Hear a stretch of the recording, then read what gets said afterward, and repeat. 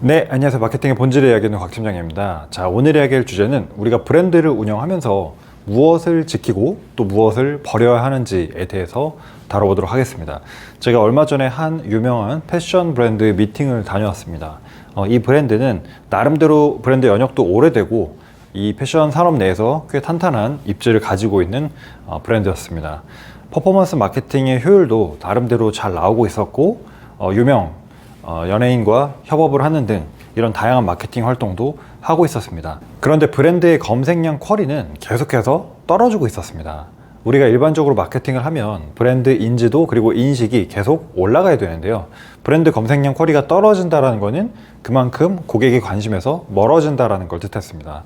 그리고 고객 관심이 멀어진다는 것은 어떠한 알 수 없는 이유로 인해서 예전만큼 제품이 매력적이지 못하다라는 것을 의미하기도 했습니다. 한마디로 제품의 본질로서 꾸준히 판매가 되고 있긴 하나 이것이 브랜드로서 고객에게 사랑받고 있지는 못하다는 그런 뜻이기도 했습니다.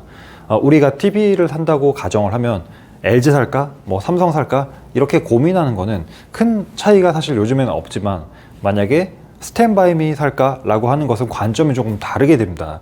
왜냐면 우리가 TV를 하나의 제품으로서 바라보고 구매하는 관점이 아니라 브랜드로서 바라보고 접근하는 그런 차이가 있기 때문입니다. 자, 그럼 다시 돌아와서 우리가 광고 외에도 연예인 협찬도 많이 했는데 왜 떨어지는 걸까 생각해보면 저는 사실 이 패션 뷰티 산업이 빅모델이 이제 사용한다라고 해서 고객이 가지는 그 구매 동질성 자체가 이제 크지 않다고 생각을 합니다.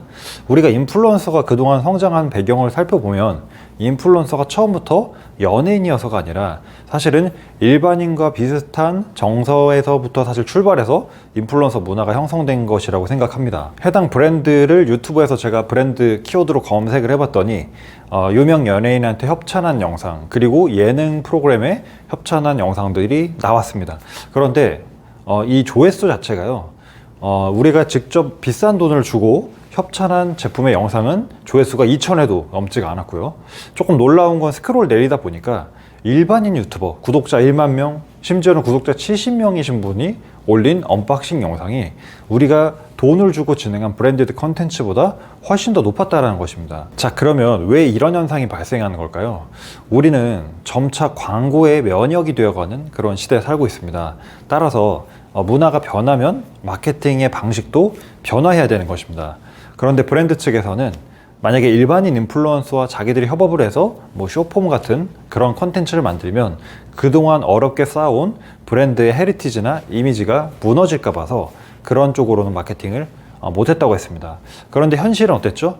일반인 유튜버 영상의 조회수가 훨씬 더 많았습니다. 두 가지 브랜드가 생각이 났는데요. 패션 업계에서 요즘 굉장히 인기가 많은 맛땡킴 그리고 글로니라는 브랜드가 생각이 났습니다. 물론 두 브랜드 모두 아직은 역사가 오래되지는 않았지만 SNS를 중심으로 굉장히 빠르게 성장한 브랜드라고 할 수 있는데요. 그리고 명품 브랜드 중에서 샤넬 그리고 디올과 같은 브랜드도 생각이 났습니다. 최근에 카카오톡 선물하기를 비롯해서 사실 그 어떤 브랜드보다 디지털 마케팅을 굉장히 열심히 하고 있는 명품 브랜드들 중에 하나입니다. 이처럼 맛땡킴이나 글로니처럼 후발 브랜드들이 빠르게 치고 올라간다 라고 하면은 그 브랜드는 아직 그런 수준 아니다 라고 보통 이야기를 하고 샤넬과 디올의 사례를 얘기를 하면 거기는 원래 잘 되지 않느냐 이야기를 합니다. 제가 그런 분들한테는 꼭 드리고 싶은 말씀이 있습니다.